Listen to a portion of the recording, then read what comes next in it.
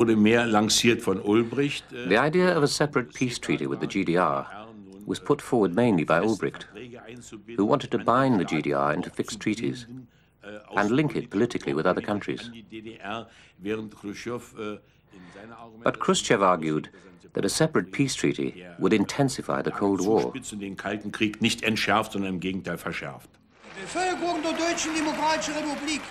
Ulbricht argued that there could be no lasting peace in Europe until both German states, East and West, were recognized. But Moscow was in no hurry. The German question must wait until after the American presidential election.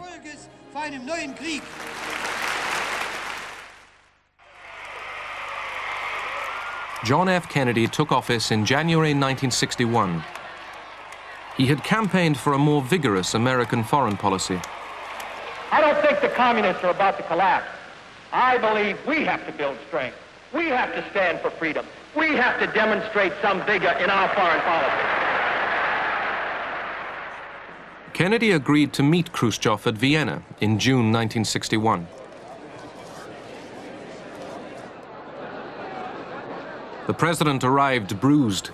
His invasion of Castro's Cuba at the Bay of Pigs 6 weeks before had failed. Khrushchev concluded that Kennedy was weak.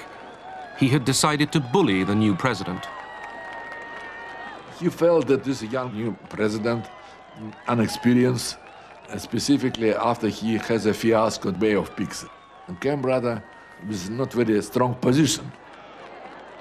He said, look here, already so many years passed, Western countries do nothing about Germany and the peace treaty and about specifically West Berlin.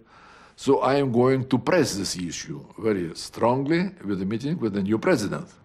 What Khrushchev kept saying was that we surround all those troops you have in West Berlin, and we could take West Berlin anytime we want to.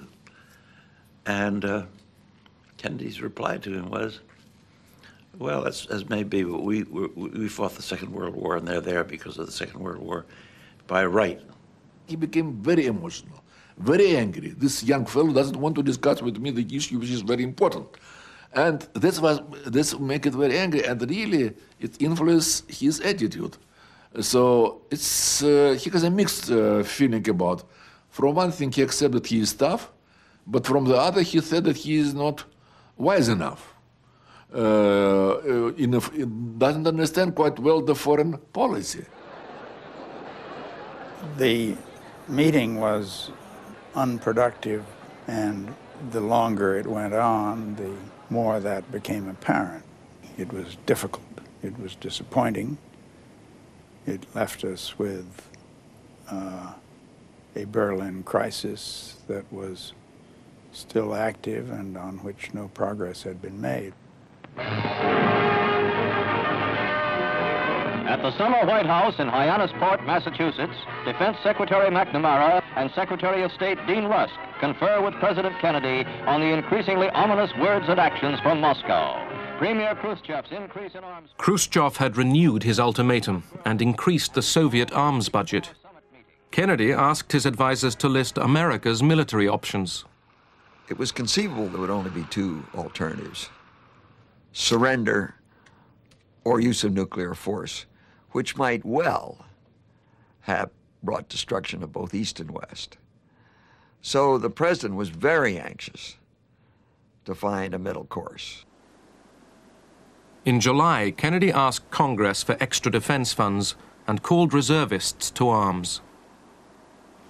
The source of world trouble and tension is Moscow, not Berlin.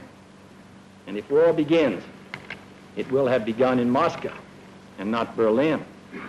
For the choice of peace or war is largely theirs, not ours.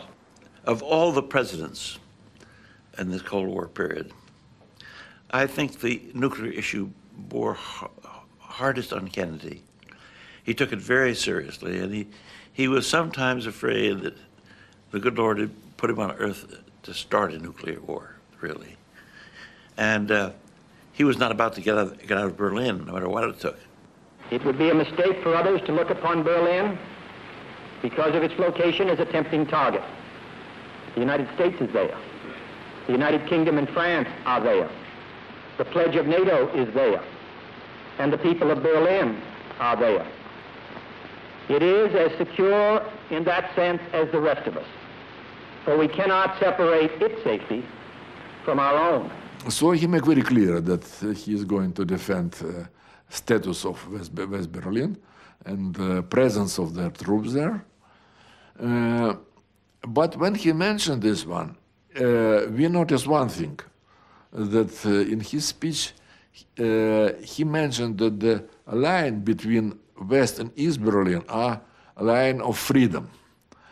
And he didn't say anything about the freedom of the movement across this line, East Berlin and West Berlin. It is a fact that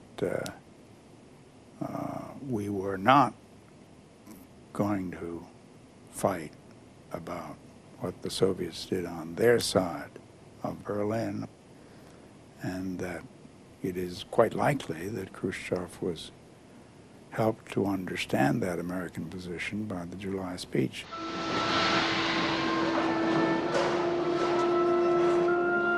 As the Berlin crisis darkened, the flow of refugees became a torrent.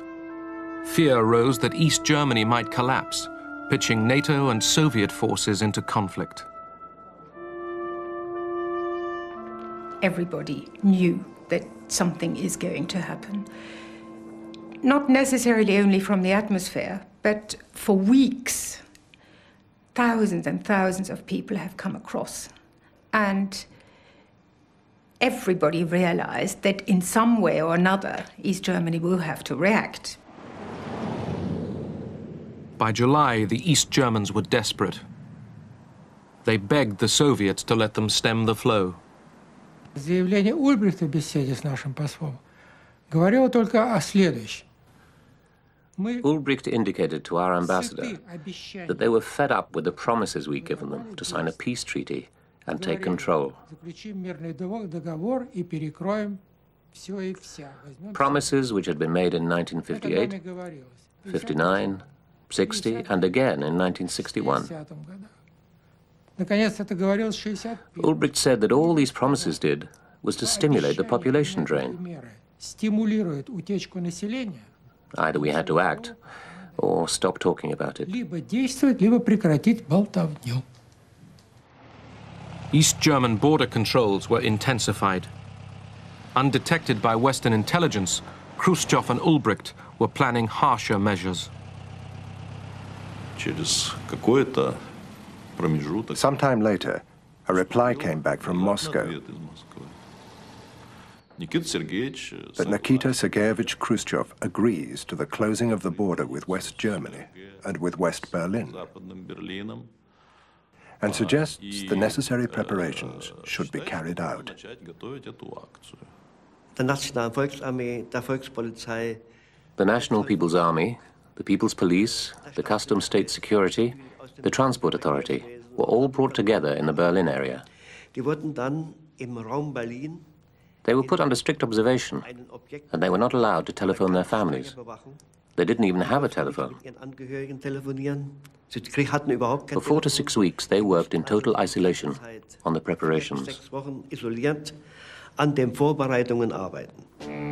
On August the 12th, Soviet and East German forces were mobilized.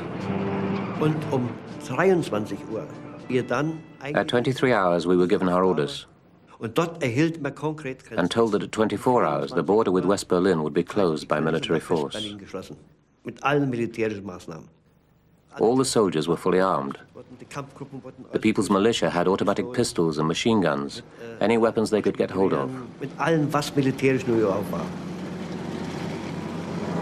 By early morning, East German troops were ready, lined up in battle order along the sector border. It was Berlin's last hour as one city.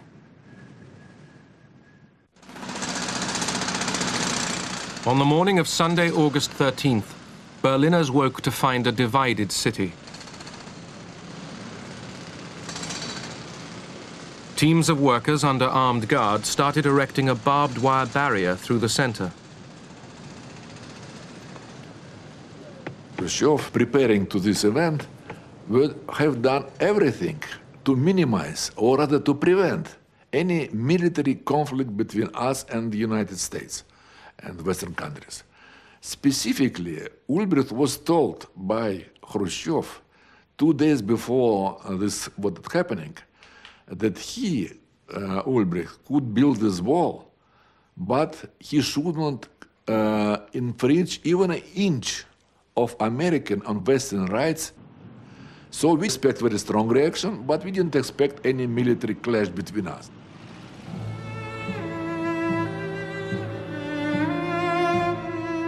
The barrier split Berlin. Families were torn apart. My father actually woke me up and said, you know, they closed the border. It was incomprehensible. You know, it was so strange. And then my mother came in crying, and my elder sister, and we were thinking, you know, how do we get my sister back?